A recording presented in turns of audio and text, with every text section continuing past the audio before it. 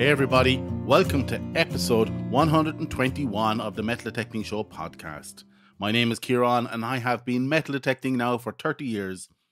This week we talk about 10 tips to help you get permission in an era of zero trust. And we also have a Friends Finds section at the end with Peter from seconddig.com. That's 2ndig.com. So make sure you stay to the end to listen to Peter's story. It's great. So let's get straight into it. These days, there's generally a feeling no one trusts, particularly landowners or farmers. This is down to the prevalence or over-exuberance around litigation.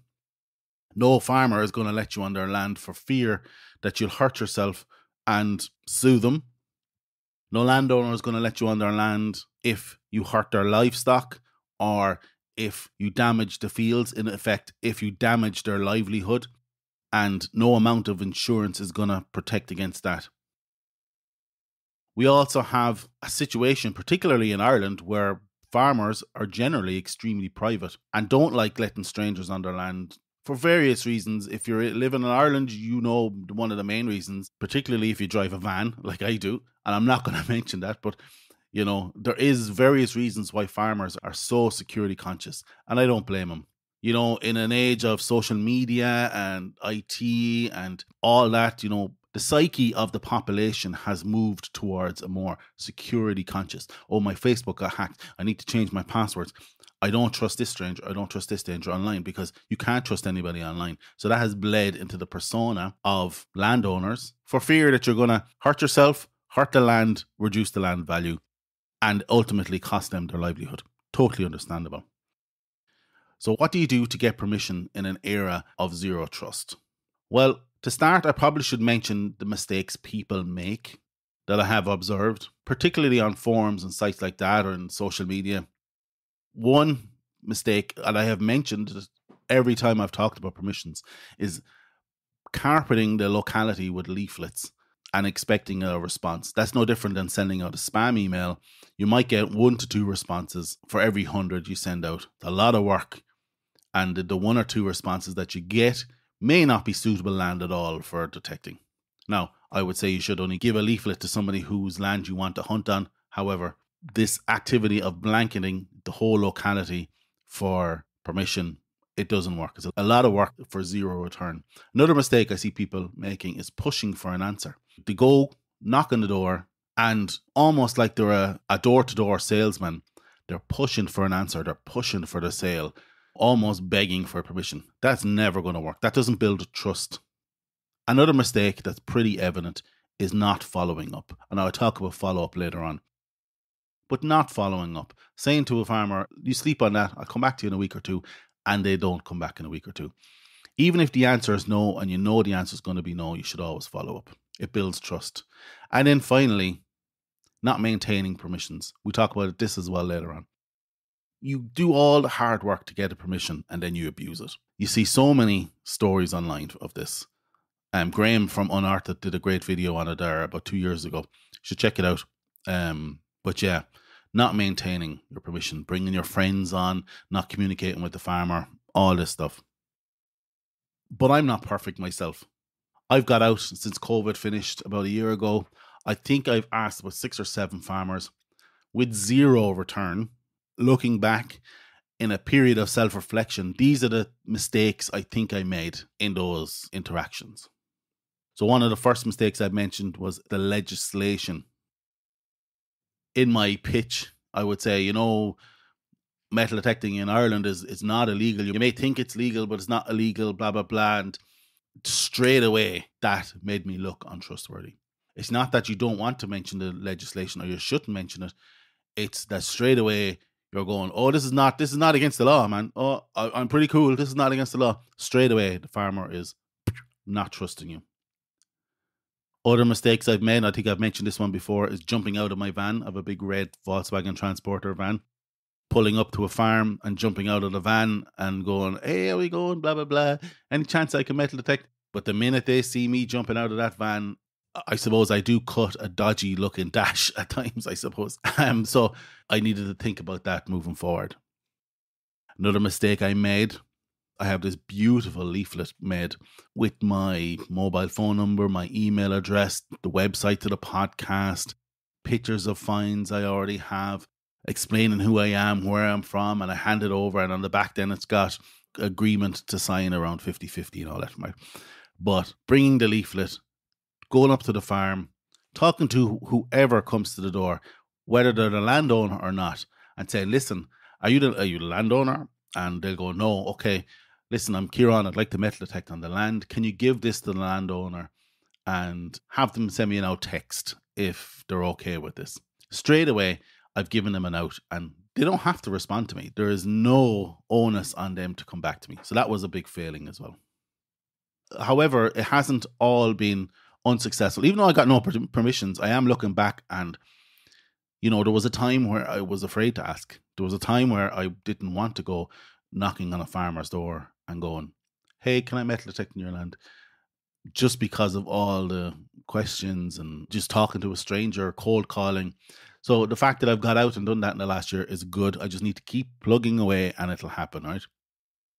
So I have done this stuff. I've done the cold calling, I've done my leaflet, knocked on the doors, I've done the process. And like anything, the more you do it, the more skin you build up to getting a no. And that's fine. Expect to get a no. But anyways, these are the 10 things. I actually think I have 12 things here, but these are the 10 things you can do to help you get permission in an era of zero trust. Number 1, play the long game. We're talking about relationship management here. Don't expect an answer immediately. Leave it with them. Flyer's good. Don't pressure for an answer. Say hello every time you see them. Ask them how their day is going.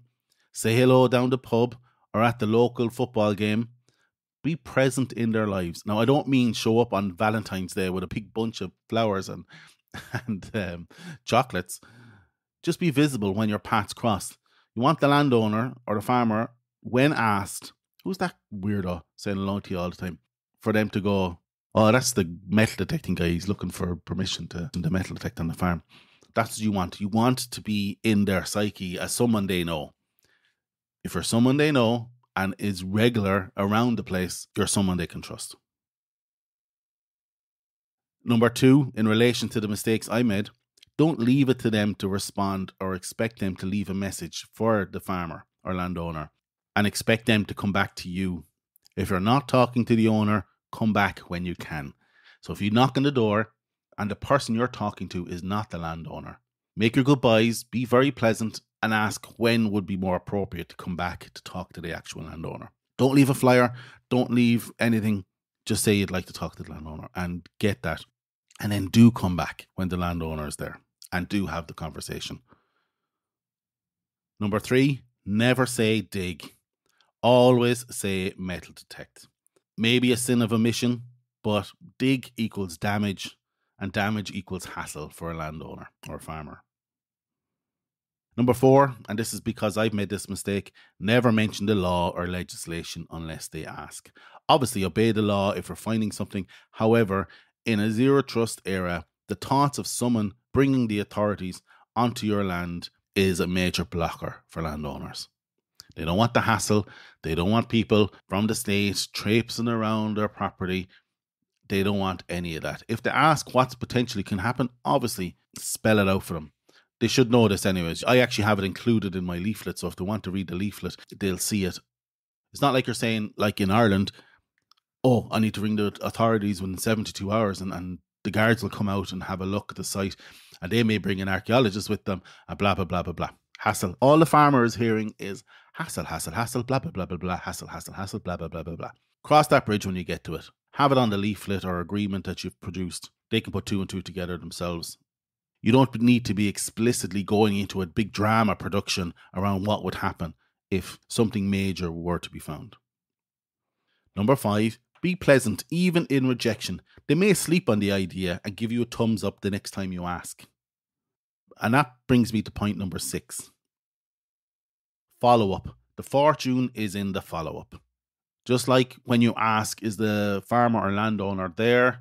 No. When are they there? Okay, I'll come back then. Always follow up. Even if you get rejected, give them the leaflet and say, hey, totally understand.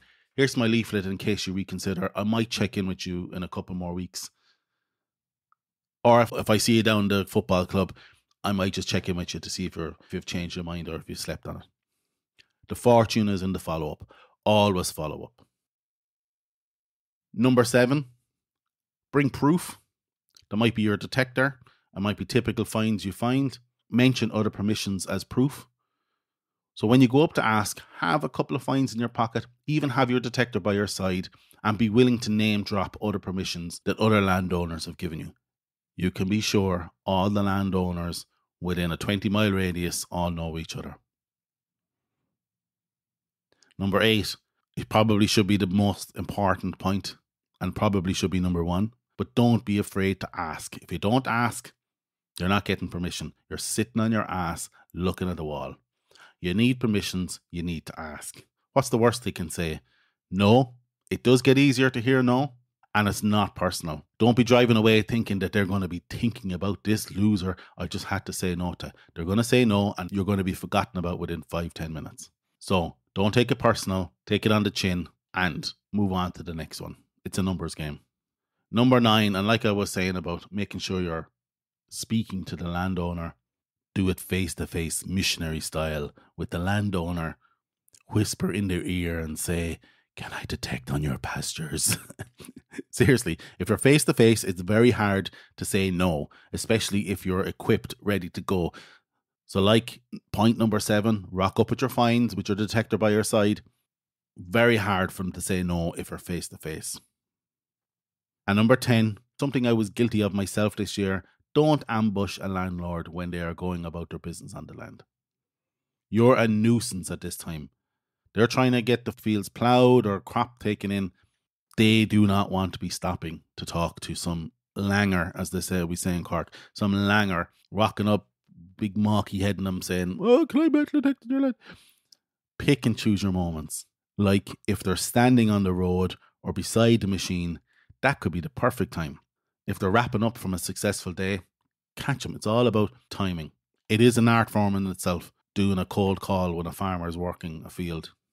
But don't do it when the farmer is in the middle of ploughing the field and you're standing there waiting for the tractor to come your way. Believe me, I've made that mistake. It's a long wait. Number 11, so more than 10 points. Number 11, maintain permissions. Like I said, the mistakes that people make, maintain your bloody permissions. It's not hard. Show the farmer your finds. Give them a choice. Give them a Christmas gift. If it's something that you found on the land that they may like, put it in a frame, give it to them for Christmas. They'd love that. It adds provenance to their land. Buy him a beer if you see him down the pub. Don't bring anybody else on the land without their permission. The permission is for you and you alone. You've established a relationship with that farmer. The farmer has eventually decided to trust you. You do not bring someone else that they don't know onto the land without first talking to the farmer. And that can strain the trust if you do this. You need to have a lot of trust built up with the farmer for him to even consider this. Communicate with the farmer. Tell him when you're on the fields, when you're off the fields, what you found. Worst thing you could possibly do is just rocking up, detecting, and rocking out. And all the farmer can see is brown smudges all over their fields where you were digging, so they know you were there. They'll know you were there anyways. They'll look out the windows, they'll get word off the grapevine that, oh, there's some fella out detecting on your fields, and he'll go, I know, that's Kieran, he's fine. However, communicate with the farmer. Let him know when you're on, let him know when you're finished and what you found, even if it's just a picture, text message to show him everything you found. And most importantly, when maintaining permission, is obey the country code if it's applicable. Close gates. Don't mess with livestock. If there's a bull in the field, stay away from them. You know the story. You can look it up online what the country code is in relation to your own locality. And then the final point, number 12. So 12 points. Bonus, 2 bonus points. Become part of the community. Don't be a stranger to the people in the community, because the more people you know, the bigger network you have. The bigger the network you have, the more likely it is you'll get permissions. Get involved in the local sports teams. Get involved in the local history groups. Even if it's playing music down the local pub, whatever. Just become part of the community. If you're married, or your partner, or you've got kids, this actually becomes a lot easier because your opportunities are multiplied, especially if you've got kids. Kids have a way of making sure you're injected into the community, whether you like it or not. So become part of the community and permissions will happen for you. Talk about your hobby. Talk about it whenever you can. I've been in committee meetings and mentioned, oh yeah, I'm going detecting the weekend. Oh, you metal detect? Yeah. Oh geez, I have a house you could metal detect around. Cool, I'll be there. That's how it works. It's about being willing to talk about it, being part of the community, and be trustworthy. And that's the 12 points to help you get permission in an era of zero trust. Up next, we have Peter from Second Dig, that's 2nddig.com, who's going to tell us about his favourite find. Hey, Kieran, it's Peter with Second Dig. I've been listening to your excellent podcast for at least 2 years, usually on Saturday mornings on my way to the hunt. I'm semi-retired and I live in eastern Pennsylvania. I've been detecting for a little over 2 years, and my best find was in May of 2021 while I was detecting in a large farm field along a tree line. I was using my Knox 800 with a stock 11-inch coil that I only typically use in large open fields. It's just too heavy for me. I mostly use the Minelab 6-inch coil. It's lighter and more precise. But that day, as usual, I found a lot of cans and pull tabs, bits of iron from farming equipment, etc. But late in the day, I got a very clean, sharp tone. It rang up about a 33 at a depth of 6 inches. So after some digging, I uncovered a 241-year-old Spanish coin, a half real, also known as a half bit. So I've been back to the site several times and found some horse tack, but no more coins yet. I will go back very soon because that field was plowed this past spring. So anyway, that's it. That's my best find so far. You can watch the video recording of that find and others at my blog, seconddig.com. So thanks, Kieran. I really appreciate the opportunity to share, and I look forward to your weekly podcasts. Thanks, Peter. That was great. I really loved that. See, it's easily done. Everybody, get on with it. But thanks to Peter, we figured out that there's a limit of 1.5 minutes of the message. So bear that in mind. When you go to the metaldetectingshow.com, the SpeakPipe widget is something that pops up on the right-hand side of the screen if you're on a desktop. And if you're on mobile, it comes up in the bottom right-hand corner. So check it out. You have to give access to your microphone and you just start talking. And everything else is taken care of. You might have to fill in an old form in to say your email address, blah, blah, blah. But yeah, see, it's very easy. It's great. You want to hear about more finds? Send me more stories. And that's it, guys. I hope you like this episode. Get out there. Good luck. Be pleasant and happy hunting.